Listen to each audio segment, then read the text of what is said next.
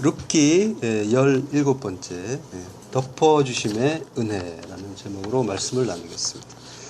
이제 그 룻기가 점점 클라이막스로 치닫고 있습니다. 보아스가 타작을 하고 타작마당에서 잔치를 하고 그리고 즐겁게 취한 다음에 곡식단 위에 노젓갈 위에 끝에 누웠습니다. 이 모든 걸 룻이 몰래 지켜보고 있는 거죠. 그 성경에는 나와 있지 않지만 다른 사람 눈에 띄어서는 안 되니까 룻은 지금 물로 씻고 기름, 향유를 바르고 곱게 단장을 한 상태입니다. 그리고 남들 눈에 띄지 않으려고 어딘가에 몰래 숨어서 오랜 시간을 기다리는 겁니다. 초조한 마음으로 기다리고 있겠죠. 긴 시간을, 아주 오랜 시간을 기다리는 겁니다. 보아스가 언제 그 잔치를 끝낼지 모르니까 기약이 없는 거죠. 그러다가 드디어 보아스가 이제 잠을 자려고 곡식단 더미 끝에 누우니까 룻이 보아스의 발치에 눕는 장면입니다. 아마 이 과정을 수행하면서 룻은 아마 가슴이 굉장히 콩닥콩닥 뛰었을 겁니다. 긴장과 초조의 연속입니다. 그리고 그 결과도 사실은 예측하기가 어렵습니다. 어떻게 될지, 보아스가 어떻게 나올지, 받아들일지 아니면 거절할지 그것도 모르는 상태로 지금 모든 과정을 수행하고 있습니다. 우리가 어떤 일을 만나고 또 그 일을 해낼 때 여러 가지 과정을 통과해야 되는 경우가 많습니다. 학생들은 많은 과목과 과제들, 시험들, 그리고 또 일상에서 우리는 취업을 한다거나 결혼을 한다거나 사업을 한다거나 부동산에 관련된 임대나 매매를 한다거나 그런 일들을 할 때 여러 가지 과정들을 겪습니다. 그리고 그것들을 시작하기 전에 모든 과정을 떠올리면은 이미 굉장히 스트레스를 받으면서 그 일을 들어가야 될지도 모릅니다. 그런데 그 사람들이 받는 이 스트레스라든가 이 고민의 그 대부분은 사실은 일을 이미 시작하기 전에 예상하기 때문에 그것들을 미리 떠올려 보기 때문에 발생하는 겁니다. 실제로 자기에게 닥친 일이 아니라 닥쳐올 거라고 미리 예상하기 때문에 그래서 그것 때문에 고통을 받는 겁니다. 이것저것 해야 할 일들을 미리 생각해 보고 그래서 시작도 하기 전에 그것들이 총체적으로 부담감으로 밀려와서 머리와 가슴을 압박하는 겁니다. 그게 이제 스트레스가 심하다 이렇게 되는 거죠. 그러나 우리가 꼭 알아야 두어야 할 것은 미리 예측한다는 것. 계획을 세우는 것과는 다릅니다. 미리 예측하고 미리 근심하고 걱정하는 것. 이것이 죄입니다. 죄가 뭐라고 했습니까? 우리가 전 시간에 피조물 주제에 하나님 노릇하는 것. 이것이 죄라고 했죠. 죄의 본질은 바로 그것입니다. 그러니까 인간이 자기의 인생을 자기가 주관하는 줄 알고 하나님을 무시하고 하나님을 잊어버리고 자기가 자기의 모든 과정의 주체가 되어서 자기의 힘과 능력으로 모든 걸 이루어 보겠다고 하는 그런 강박관념이 스트레스로 나타나는 겁니다. 그러니까 이 스트레스라는 것은 죄성에서 기인한 저주받은 감정인 겁니다. 세상 사람들이 스트레스 이런 말들을 많이 하고 그리고 또 그걸 어떻게 푸느냐 하면서 방법론을 많이 제시합니다. 그래서 우리들은 그 스트레스 자체는 일종의 이제 기정사실화, 스트레스를 우리가 받는 것은 당연한 것이라고 여기기도 합니다. 그렇지만 믿는 자에게는, 하나님을 믿는 자에게는 스트레스라는 말 자체가 없는 겁니다. 믿는 자는, 왜냐하면 믿는 자는 자기 인생의 주관자가 하나님이기 때문에 그렇습니다. 그분이 내 인생을 끌고 가기 때문에 내가 내 인생을 내 마음대로 이루고 끌고 가고 그리고 완성하는 것이 아니라 하나님이 끌고 가고 그리고 또 무엇을 믿냐면 그분이 끌고 가는 내 인생의 끝은 해피엔딩이라는 겁니다. 그것을 믿기 때문에 그래서 그분을 신뢰하기 때문에 하나님 마음대로 하세요 하면서 맡기게 되는 겁니다. 그것이 믿는 자에게 스트레스가 없는 이유입니다. 따라서 믿는 자, 성도는 어떻게 일 처리를 해 나가느냐? 그러니까 해야 할 일, 그것들을 하루하루 그리고 시간 해 나가는 겁니다. 그냥 해 나가는 겁니다. 뒤에 따라올 일들을 미리 예상하고 고민하는 것이 아니라 그 순간순간을 하나님이 주신 일과 그 시간을 소중하게 생각하면서 하나하나 한 발 한 발 가면 되는 겁니다. 시간을 아껴서 자기에게 주어진 일들을 할 수 있는 데까지, 자기가 할 수 있는 데까지 최선을 다해서 할 뿐입니다. 그래서 그 일의 성패는 중요한 것이 아닙니다. 그 일은 두 번째 일이고요. 내가 그것을 나의 어떤 그런 그 주관이나 이런 것들을 가입하지 않고 하나님을 믿고 이 일을 통해서 하나님이 나에게 뭔가 가르치실 것이 있을 것이다 라는 그 믿음으로 한 발 한 발 해 나가는 겁니다. 하나님의 뜻은 결과에 있는 것이 아니라 그 일들을 통해서 자기를 낮추고 그리고 성실하게 하나님을 신뢰해가는 실력을 쌓는 데 있기 때문에, 그래서 일들을 우리에게 그때 상황에 맞게 주시는 겁니다. 우리 인생에 일어나는 모든 일들의 성격은 바로 이것입니다. 룻이 이 모든 과정을 미리 고민하면서 이 일을 행했다면, 그리고 이 일에 착수했다면 지금 엄청난 스트레스를 받고 거의 멘붕 상태에 빠졌을지도 모릅니다. 아마 한탄도 많이 했을 수도 있습니다. 보아스가 먹고 마시는 동안 어딘가에 쪼그리고 앉아서 그 기다리는 과정이 얼마나 고통스러웠겠습니까? 아, 내가 어쩌다가 그 이스라엘 남편을 만나서 청상 과부가 됐는가? 아, 나쁜 사람 이러면서, 우리 은별이가 잘 쓰는 말이죠. 나쁜 사람. 나를 두고 그렇게 일찍 먼저 가버리다니. 고국을 떠나 낯선 이방 땅에서 내가 지금 여기 이렇게 쭈그려 앉아 지금 뭐 하고 있는가? 아마 많이 그 자신이 굉장히 괴로웠을 겁니다. 잘 알지도 못하는 그 남자의 눈에 들어서 재혼을 해보겠다고 하는 이 상황이 정말로 어떻게 보면은 받아들이기 어려운 상황이 될 수도 있습니다. 창피하다, 또 흔한 속된 말로 쪽팔린다, 다 때려치고 집에 갈까, 뭐 이런 별 생각을 다 했을 수도 있습니다. 물론 이제 우리가 룻의 어떤 심리에 대해서 기록된 것이 없으니까 알 수는 없습니다만, 그러나 룻은 지금 이것들을 담담하게 그 모든 과정을 수행해 가고 있다는 것을 우리는 알 수가 있습니다. 성도는 결과가 어떨지에 대해서 미리 고민하는 자가 아니라, 그런 건 그 결과에 대해서는 하나님이 알아서 해 주시겠지 하고 맡기고, 내가 할 일, 그 일들이 어떤 목적이 있어서 하나님이 주신 일들이라는 것을 믿고 담담하게 해 나가면 되는 겁니다. 그 목적이란 것은 무엇입니까? 하나님이 우리에게 일을 주시는 목적, 하나님이 주시는 일의 목적은 바로 낮추시고 시험하시는 겁니다. 이렇게 가다 보면은 끝이 있을 겁니다. 모든 일은 끝이 있습니다. 끝이 없는 것 보이지만 언제나 끝은 있습니다. 그 끝이 있다는 걸 믿는 것도 아주 훌륭한 믿음입니다. 공부도 끝이 있고, 할 일도 끝이 있고, 고난도 끝이 있고, 이 인생도 끝이 있고, 이 세상 역사도 끝이 있습니다. 이걸 믿는 것도 믿음입니다. 우리가 인생을 사는 동안에 만나는 모든 일들의 목적은 바로 이것입니다. 다른 목적은 없습니다. 하나님을 모르는 자가 그 일들의 목적을 자기를 위한 것으로 오해를 합니다. 이거 잘해서 칭찬받아야지, 나를 증명해야지, 나의 오름을 드러내야지, 돈 많이 벌어야지, 승진해야지, 출세해야지, 이름을 높여서 뭔가 다른 사람에게 존경을 받아야지, 뭐 이런 그 여러 가지 목적을 많이 오해를 합니다.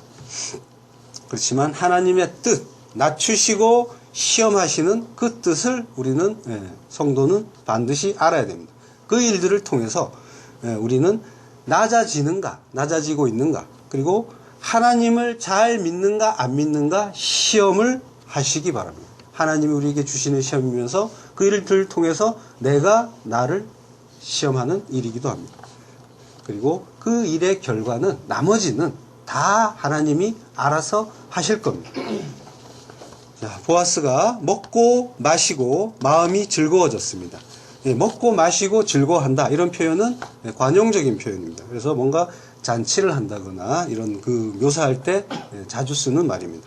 사무엘상 30장 16절에 보면요, 그가 인도하여 내려가니 그들이 온 땅에 편만하여 블레셋 사람의 땅과 유다 땅에서 크게 탈취하였음을 인하여 먹고 마시며 춤추는지라 라고 하고요.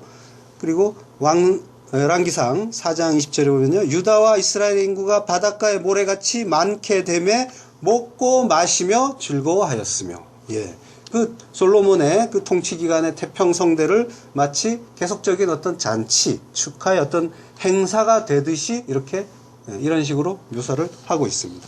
이러한 그 먹고 마시는 잔치, 이것은 예수 그리스도께서 당신의 사역을 완성시켰을 때 마지막 때에 성도와 함께 나눌 그런 잔치이고 기쁨인 겁니다. 이사야서 65장 13절, 이러므로 주 여호와가 말하노라, 보라, 나의 종들은 먹을 것이로되 너희는 주일 것이니라. 보라, 나의 종들은 마실 것이로되 너희는 갈할 것이로다. 보라, 나의 종들은 기뻐할 것이로되 너희는 수치를 당할 것이다. 그러니까 먹고 마시고 기뻐하고 즐거워하는 것, 이것이 성도의 그 마지막 때의 잔치 모습인 겁니다. 택하지 않은 자들, 성도가 아닌 자들은 그 반대의 일들을 겪는다는 겁니다. 줄이고 갈하고 수치를 당하고, 이것은 바로 이 하나님이 우리에게 주시는 그 마지막 그 언약의 성취의 어떤 약속이기도 합니다. 먹고 마시고 즐거워했다는 것. 룻이 가만히 갔습니다. 이 말은 가만히 갔다는 말은 조금 묘한 말입니다. 그러니까 이제 라트라고 하는데요, 가만히, 이것은 신비, 마술, 마법이라는 그런 의미를 갖고 있습니다. 그러니까 그 출애굽기에서 모세가 그 바로 앞에 섰을 때 애굽 술객들이 술법으로 그와 같이 행했다 할 때도 이 라트라는 말을 씁니다. 라트, 가만히 쓰인 그 라트라는 말. 그리고 사무엘상 24장 4절에 보면요, 다윗이 일어나서 사울의 겉옷자락을 가만히 베니라. 이것도 역시 라트라는 말을 썼습니다. 전치사와 관사를 앞에 붙여서 비밀로, 그 마술로, 뭐 이런 의미가 되는데, 뭔가 의미심장한 표현 같은데 죄송스럽지만은 이 표현을 왜 이런 표현을 썼는지에 대한 자료는 찾지를 못했습니다. 나중에 확인을 하면 말씀드리기로 하고요. 그리고 그 가만히 가서 그 발치 이불을 들고 거기에 누웠습니다. 근데 이불을 들고라고 했는데 이불이라는 말은 없습니다. 여기는 갈라라고 하고요. 그리고 누웠더라는 말은 샤카브라고 하는데 눕다, 들어 눕다라는 말입니다.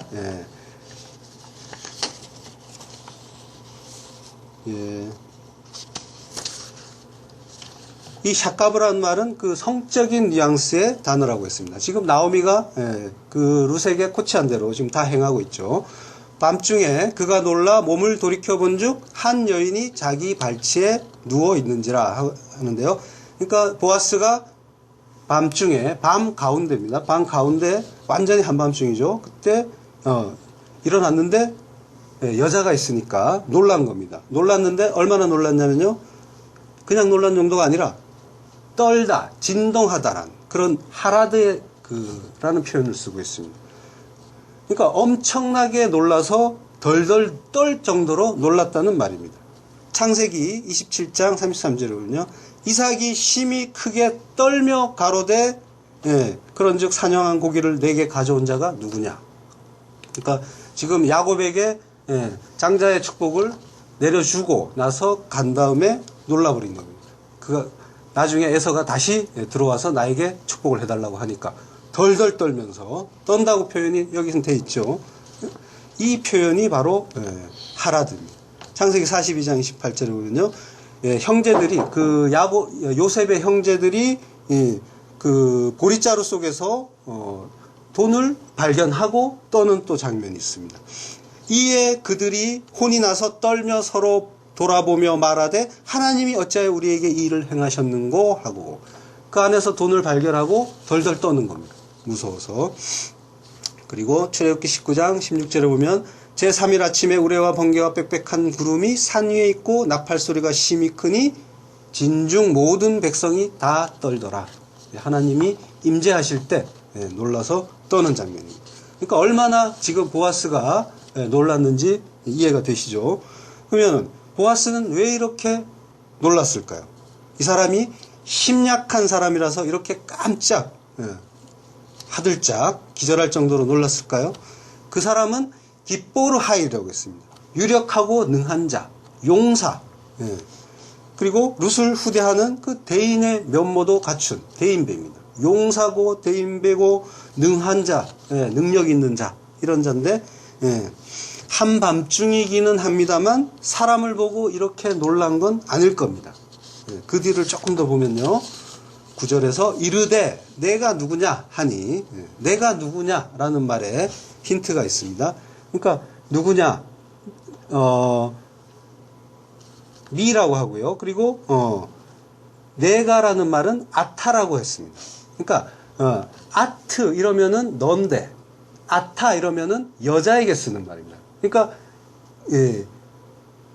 우리는 똑같이 너지만은 이 히브리어에는 너에게 남성이 있고 여성이 있습니다. 그런데 지금 아타라는 말을 썼다는 거는 이 사람이 여자라는 걸 알았다는 거죠. 그러니까 여자라는 걸 알면서 놀랐다는 거죠. 내가 누구냐 하면서.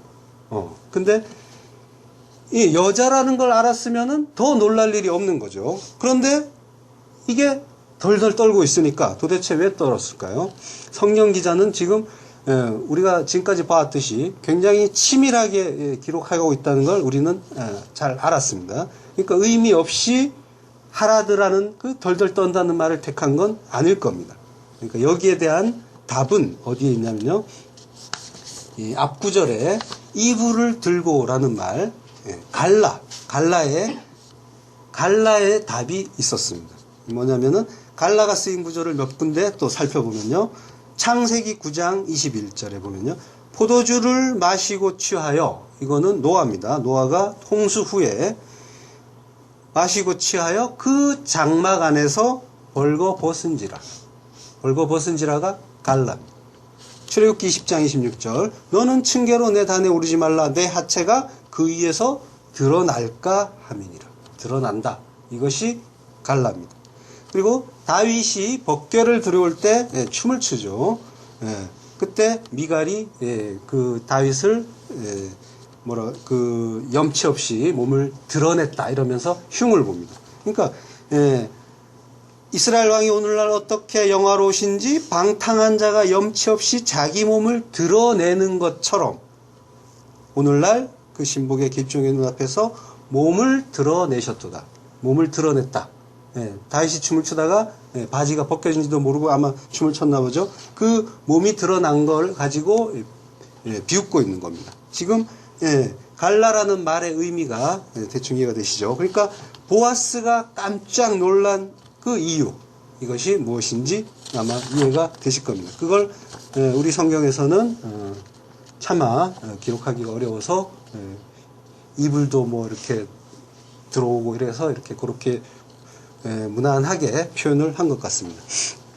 대답하되 나는 당신의 시녀 루시온이 당신의 옷자락을 펴 당신의 시녀를 덮으소서.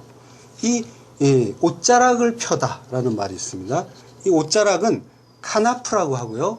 날개라는 말이 있습니다.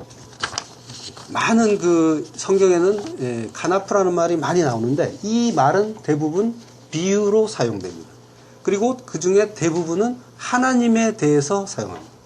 그 외에 일부는, 극소수는 새의 날개에 대해 사용하지만 대부분은 하나님에 대한 그 비유로 언급하는 그런 말입니다.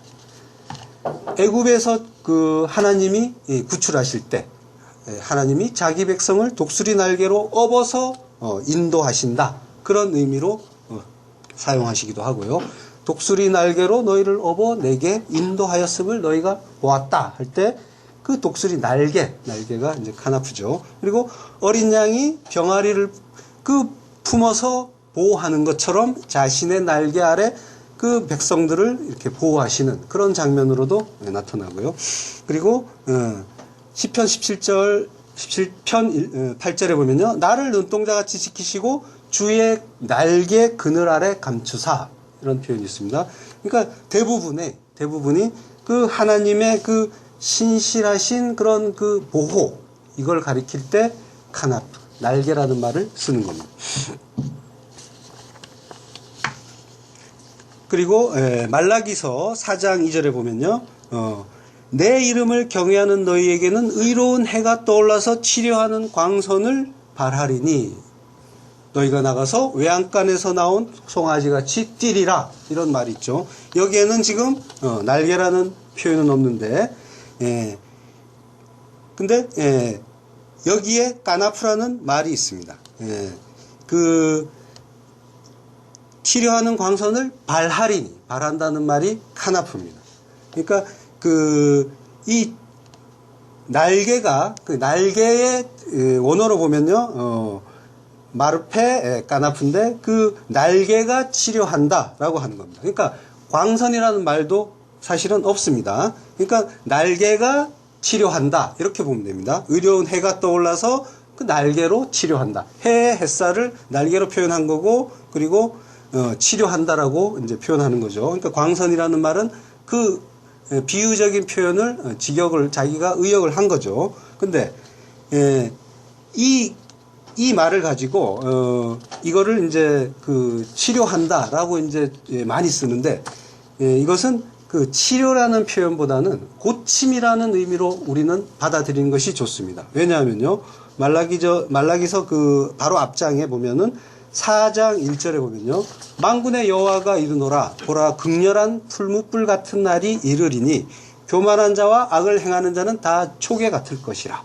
그 이르는 날이 그들을 살라 그 뿌리와 가지를 남기지 아니할 것이로되 내 이름을 경외하는 너희에게는 의로운 해가 떠올라서, 이렇게 이어지고 있는 겁니다. 그러니까 지금 이 바로 앞에서는 바로 극렬한 풀무불의 심판의 날, 종말을 말씀하고 계시는데, 바로 뒤에서 이걸 병고침의 의미로 받아들여서는 안 되는 겁니다. 그걸 가지고 치육사역하는 곳에서 많이 인용을 하죠.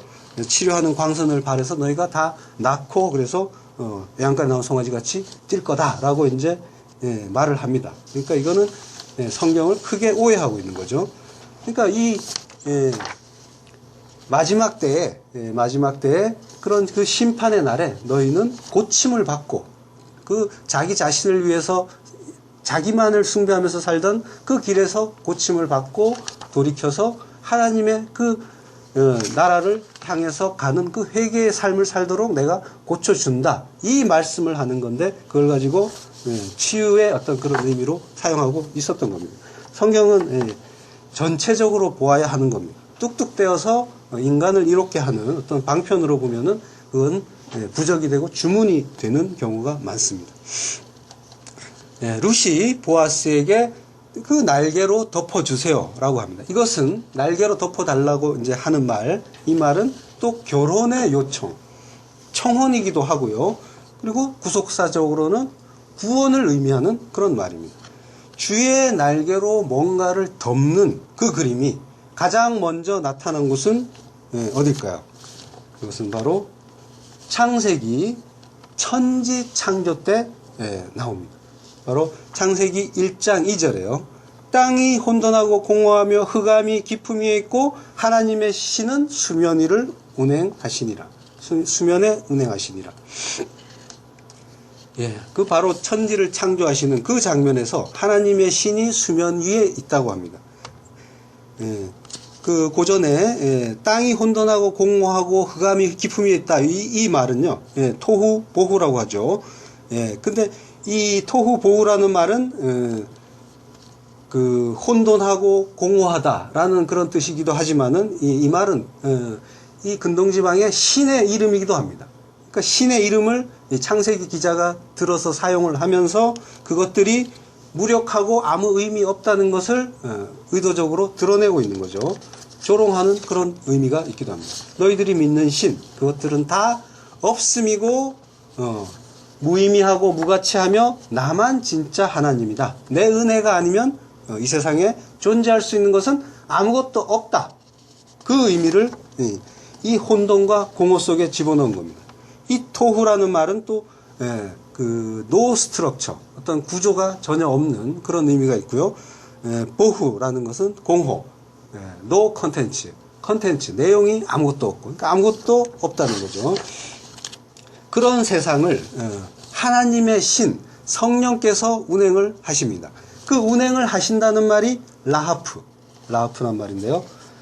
마치 하나님이 비행 물체처럼 큰 물위를 어떤 날아다니는 그런 느낌을 받을 수도 있습니다. 이 구절을 접하면요. 그렇지만 우리는 이 구절을 보면서 오해를 하지 말으셔야 될 게, 하나님은 온 우주보다 크신 분입니다.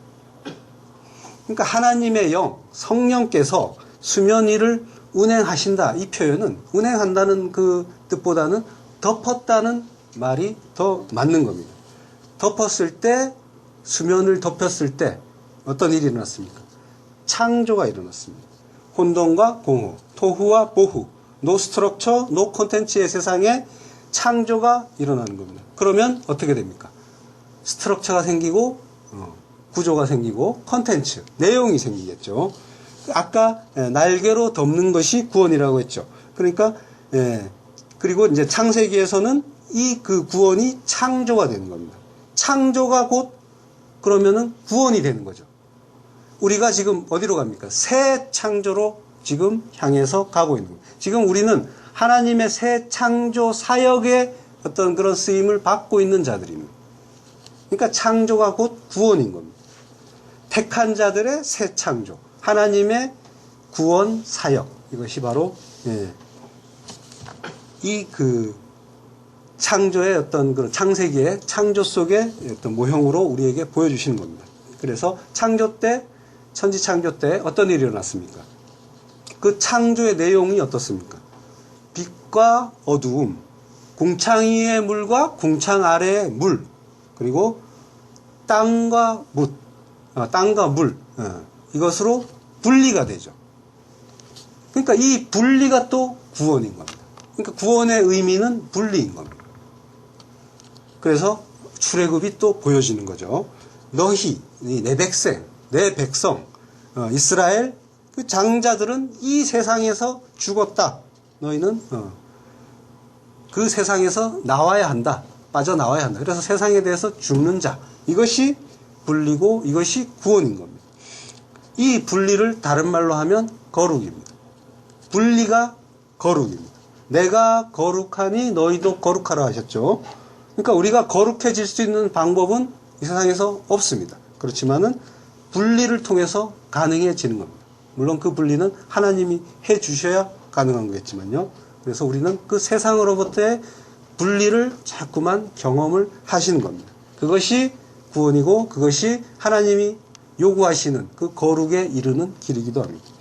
창조를 통해서 혼돈과 공허, 그 토후와 보후에서 스트럭처와 컨텐츠가 생긴다고 했습니다. 어떤 그 구조, 스트럭처와 컨텐츠, 내용입니까? 바로 하나님의 형상과 모양이죠. 하나님이 하나님의 형상과 모양대로 무엇을 만드십니까? 바로 사람을 만듭니다. 창세기 1장 26절 하나님이 우리의 형상을 따라 우리의 모양대로 우리가 사람을 만들고 라고 하십니다. 여기서 형상과 모양에서 이 형상을 제렘이라고 하고요. 이것은 그릇의 의미가 있습니다. 스트럭처죠. 스트럭처. 그리고 모양은 데무트라고 하는데요. 이것은 내용의 뜻이 있습니다. 그러니까 이 단어는 몰라도 됩니다. 그걸 기억하려고 하면 머리가 아프니까. 그러니까 지금 증거를 대는 차원에서 제가 이 원어를 소개하는 겁니다. 그러니까 제렘은 그릇과 같은 거고 데무트는 그 안에 들어있는 그 내용. 토후와 보후에서 하나님이 덮어서 창조를 하시고 그 내용이 제렘과 데무트로 나타나는데 그것을 창조를 하시는데 뭘 만든다고요? 바로 사람을 만든다고 하시죠. 우리의 형상대로 만드는 것이 사람이라는 그 사람이 또 이 창조의 내용이고 구원의 내용이기도 한 겁니다. 그 전에 그 그 제렘 엘로힘, 하나님의 형상이라고 하는데요. 이것을, 그러니까 제렘이라는 그릇 안에 들어있는 그 내용이 하나님이라는 겁니다. 그러면은 하나님이 그 형상대로 만든 사람, 그 사람의 내용이 뭐라는 겁니까? 하나님이라는 겁니다. 하나님의 그 진리, 그것이 이 사람 안에 들어있다는 겁니다. 근데 사람을 창조하자 하시면서 뭘 만듭니까? 남자와 여자를 만들죠. 자칼과 네케바를 만드십니다. 여기서 남자 자칼은 제라, 씨와 의미가 다 있습니다. 씨를 가진 자가 남자죠. 컨텐츠입니다. 네케바, 여자는 그릇, 스트럭처입니다. 그러니까 둘이 합쳐져서 생명이 되는 겁니다. 남자와 여자가 합쳐져서 아들이 되는 그것이 바로 하나님의 구원의 의미입니다. 예수와 한 몸이 되는 것, 어려운 일이기도 하지만은 제가 계속해서 말씀드린 거죠. 자기를 부인하고 자기 십자가 지고 예수님 따라가서 십자가 달려 죽으면 내가 그리스도와 함께 십자가에 달려 죽은 것이 되는 거고, 이제는 내가 산 것이 아니라 그리스도 예수께서 사시는 것, 이것이 바로 유니온 크라이스트, 예수님과 한 몸이 되는 겁니다. 그러면 예수 그리스도를 머리로 한 새로운 피조물, 예수님이 다스리는 하나님 나라, 천국이 내 안에서 이루어지는 겁니다. 이것이 창세기에서 반복해서 하나님이 우리에게 보여주시는 구원의 복음인 겁니다. 남자와 여자가 한 몸이 되는 것, 이것 창세기에 보여주신 그것도 역시 바로 그 그림을 말하는 겁니다. 이렇게 씨를 가진 네케바와 그 자칼과 네케바, 사람, 여자와 남자, 이것이 하나가 되면 뭐가 됩니까? 사람이 되는데 하아담이라고 하죠. 그걸 사람이라고 합니다. 그리고 그 사람이 낳은 자를 인자라고 하죠. 그래서 예수님이 나중에 내가 인자다라고 이제 말씀을 하시고요. 그러니까 그 하나님의 그 구원의 그 은혜를 받고 구원으로 이루어지는 자들의 라인, 그것이 바로 이 하나님의 라인이고 인자의 라인인 겁니다. 그걸 통해서 하나님이 하아담, 그 아담의, 그 사람의 그 아들, 인자라고 하는 겁니다. 그러니까 예수님이 우리의 그 성도의 어떤 결론이고, 그리고 하나님이 보여주시는 그 구속받은 자, 그것이 인자가 되는 겁니다. 예수님이 그 성도의 인생에 찾아왔을 때 성도는 어떻게 됩니까? 성도는 택함을 받지 못한 자들과 분리가 됩니다. 그래서 그들과 다른 존재, 다른 피조물이 되는 겁니다. 똑같은 방식으로 사는 게 아니라는 겁니다. 그래서 그들은 도저히 이해할 수 없는, 세상이 감당하지 못하는 자가 되어 가는 겁니다. 그리고 성경에서 성도가 아닌 자들은 뭐라고 합니까? 짐승이라고 하죠. 유다서 1장 10절. 이 사람들은 무엇이든지 그 알지 못하는 것을 회방하는도다. 또 저희는 이성 없는 짐승같이 본능으로 아는 그것으로 멸망하느니라. 이성 없는 짐승이라고 합니다. 베드로 사도도 같은 표현을 쓰죠. 베드로후서 2장 12절. 그러나 이 사람들은 본래 잡혀 죽기 위하여 난 이성 없는 짐승 같아서 그 알지 못한 것을 회방하고 저희 멸망 가운데서 멸망을 당하며. 베드로 사도도 이성 없는 짐승이라고 합니다. 여기서 이성 없는이라는 말은 알로고스라고 합니다. 로고스의 반대가 되는 거죠. 알로고스, 이성 없는, 말 못하는, 이런 의미가 되는 겁니다. 그러니까 로고스, 하나님의 말씀, 이게 없이 살아있다고 우기는 것. 나 살아있어요 하면서 열심히 뛰어다니는데 하나님의 말씀으로 그가 그 말씀의 검, 말씀의 칼에 찔려 죽는 경험 없이 그것과 관계없이 뛰어다니는 자들은 사람이 아니라 짐승이라는 겁니다. 그들은 자기들이 알지 못하기 때문에 그 알지 못하는 것을 회방합니다. 본능으로 아는 그것으로 멸망한다라고 하죠. 유다서에서. 그러니까 그들의 본능이 뭡니까? 태어나면서부터 자기 속에 가지고 있던 것. 하나님이 우리 입안에 넣어서 먹여서 보낸 것. 선악과입니다. 모든 것을 스스로 하나님이 되어서 열심히 선악을 판단하면서 타인을 정죄하고 내가 남보다 나은 존재라는 걸 증명하려고 애쓰고, 이것이 이성 없는 짐승들의 본능입니다. 선악을 판단하는 것. 그 선악 판단의 주체 자리에서 내려오는 것이 구원이라고 했습니다. 그러니까 그곳에 머물러 있는 것이 본능으로 사는 자인 겁니다. 그걸로 그들은 망하는 겁니다. 이 말씀을 사실은 제가 수십 번 드린 것 같은데 우리는 여전히 그 수시로 판단의 말을 툭툭 뱉고 있습니다. 이것이 본능이기 때문에, 본능으로 심겨져서 내려왔기 때문에 거기서 빠져나오는 것이 어렵습니다. 그렇지만 그것이 무엇인지 분명하게 아셔야 하고요. 거기에서 반드시 빠져나오셔야만 합니다. 그걸 빠져나와서 선과 악이 없이 모든 것이 하나님의 선하신 뜻이다, 이 하나로 아는 것, 이것이 모노게네스, 독생자, 그 진리를 하나로 아는 그 아들이 되는 겁니다. 이성 없는 짐승들은 선악을 판단해서 항상 나에게 유리한 것, 그것만 선이라고 붙잡죠. 그리고 그것들을 자기 삶 속에 채우기 위해서 애를 씁니다.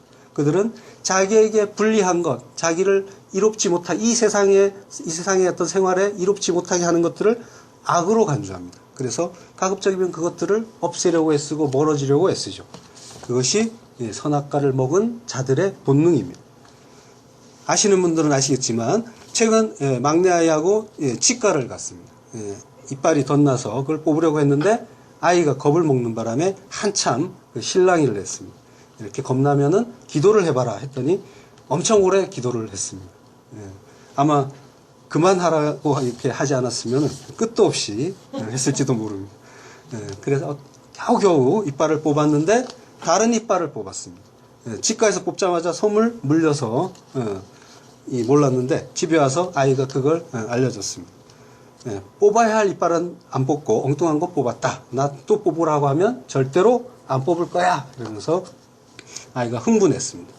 어이가 없었죠. 그래서 다음날에 그 집사람이 치과에 전화로 이제 그런 내용을 말했더니 지금 원장님이 바쁘시니까 나중에 연락을 드리겠다 하면서 끊었는데 끝까지 전화는 오지 않았다. 원장님의 전화는 오지 않았다고 합니다. 다음날 통화가 됐는데 집사람이 크게 실망을 했습니다. 10년 넘게 다니던 치과인데 이분이 상황이 불리해지니까 다른 사람을 바보로 만들어 버리면서 없는 말도 막 지어서 만들고 그러면서 자기에게 상황을 유리하게 만들려고 막 애를 썼다는 겁니다. 바보가 된 사람은 다름이 아닌 저였습니다.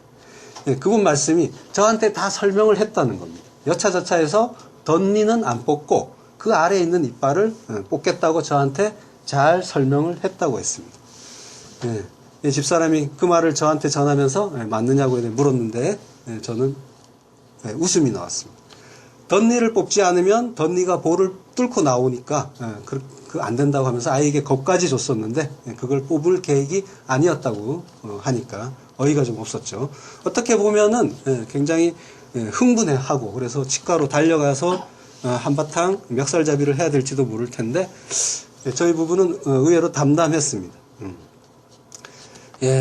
이성 없는 짐승의 일인 겁니다. 그분을 비난하는 것이 아니라 그 선악 판단의 자리에서 빠져나오지 못하니까 이 모든 인간은 그런 식으로 자기의 이익을 지키고 그리고 손해를 없애기 위해서, 최소화하기 위해서 다른 사람을 바보 만들고 그것이 죽이는 겁니다. 죽이는 일조차 서슴지 않는 겁니다. 우리는 그 의사를 동정했습니다. 참 안 됐다. 불쌍하다. 얼마나 마음이 급했으면 없는 이야기를 지어내면서까지 자기의 과실을 모면하려고 할까. 아마 자기들은 여럿이고 그러니까 양심이고 뭐고 그렇게 우겨대면 큰 피해는 없을 거라고 생각했을지도 모르겠습니다. 그러니까 저희 부부는 그 의사분을 안타깝게 생각하면서 그 자리에서 하나님을 찬양했습니다. 하나님 감사합니다. 속상하고 분노해야 할 그렇게 해야 해서 마땅한 그 순간에 어떻게 저희가 복음을 듣고 알아서 우리를 욕보이려 한 자를 불쌍하게 여기고 용서할 수 있게 해주셨습니까? 정말 감사합니다. 모든 것이 하나님 은혜입니다. 그래서 저희 부부는 조금은 다른 피조물이 된 듯해서 참 감사했습니다. 하나님의 영이 가입되지 않은 그 이성 없는 짐승들은 그 알지 못하는 것을 회방하는 겁니다. 회방한다는 말은 블라스페미어라고 하는데요. 말을 깨다 라는 말이 있습니다. 뜻이 있습니다. 그러니까 알지 못하니까, 말씀을 알지 못하니까 말씀을 깨는 겁니다. 말씀을 깨는 것, 하나님의 말씀을 깨는 것이 바로 회방인 겁니다. 자기의 본능으로, 선악체계로, 율법으로 그 하나님의 말씀, 로고스를 회방하는 겁니다. 회방하고 말씀을 깨고 그리고 저희 멸망 가운데서 멸망을 당하고 그들의 결국은 멸망이라는 겁니다. 말씀이 없이 살아있다고 우기는 자들, 그들이 본능으로 아는 그것, 이 선악 구조의 그 율법, 하라 하지 말라, 이것이 옳다 이것이 그르다, 이렇게 해야 더 옳지 않았느냐, 우리 날마다 그것을 선악으로 판단합니다. 그 판단이, 그 선악의 판단이 이성 없는 짐승의 것이고 그것으로 그들은 망하는 것입니다. 세상에서의 이익과 손해는 사실은 하나님의 어떤 시선으로 보면 전혀 중요하지가 않습니다. 중요한 것은 하나님의 뜻을 깨닫고 율법에서, 선악의 체계에서, 이성 없는 짐승의 자리에서, 멸망의 자리에서 빠져나오는 겁니다. 모든 것을 하나님의 선하신 뜻 그 하나로 보는 모노게네스가 되는 겁니다. 판단의 마음, 판단의 말, 이걸 멈춰야 합니다. 그리고 범사, 모든 일입니다. 모든 일에 감사하셔야 합니다. 모든 일의 결론이 감사이기 때문에 그렇습니다. 그리고 그 감사가 깨달아지면 자연히 하나님 찬양이 나오게 되고 그 하나님 찬양이 바로 우리 인간에 지어진 그 뜻이 되기도 하는 겁니다. 진리를 알지니 진리가 너희를 자유케 하리라 라고 하셨습니다. 그러니까 진리를 알면 자유롭습니다. 자유에 대해서는 많은 오해들을 합니다만 진정한 자유는 죄로부터의 자유입니다. 모두가 죄의 노예인 상태에서 살고 있는데 죄를 짓지 않을 수 있는 자유, 그 자유보다 소중한 자유는 없는 겁니다. 물론 저희가 늘 자유롭다는 건 아니고 가끔씩 이렇게 죄로부터 자유로운 그 경험을 하는데 그때 이것이 천국이구나 하는 그 느낌을 갖습니다. 이것이 바로 진리입니다. 하나님이 우리에게 깨닫게 하시려 그 진리, 하나님 나라, 하나님이 통치하시는 그 나라가 되면 천국을 사는 겁니다. 천국을 사는 자가 천국을 가고 그리고 천국은 이 세상에서 내 안에서 먼저 이루어져야 합니다. 판단하는 자리가 지옥입니다. 내가 주인인 나라이기 때문입니다. 내가 주인인 나라, 내가 하나님인 그 나라는 지옥입니다. 그 지옥에서 빠져나오시길 바랍니다. 9절에 그 옷자락을 덮으라고 했는데요. 그 이스라엘 사람들이 이불을 덮고 자는 것이 아니라 그 사람들은 옷을 덮고 잡니다. 그 당신의 옷자락으로 덮어주세요. 지금 이불을 들고 갔다고 했는데 옷자락으로 덮으라고 하는 거 보니까 사실 앞뒤가 안 맞죠. 그러니까 애초에 이불이라는 말은 있지도 않았던 것이 맞고요. 이스라엘 사람들은 그 겉옷을 이제 입고 다니다가 밤이 되면 그걸 벗어서 이불로 쓰는 겁니다. 겉옷이 아주 크죠. 근데 그래서 이제 그 율법에 보면은 담보로 받은 겉옷은 밤에는 돌려줘라 이런 말도 있는 겁니다. 누가복음 1장 35절 천사가 대답하여 가로되 성령이 내게 임하시고 지극히 높으신 이의 능력이 너를 덮으시리니 덮는다고 합니다. 이러므로 나실 바 거룩한 자는 하나님의 아들이라 일컬으리라. 지극히 높으신 자의 능력, 성령이죠. 성령님이 너를 덮는다. 그러니까 하나님의 그 영광이 충만하게 임할 때 덮는다고 합니다. 그래서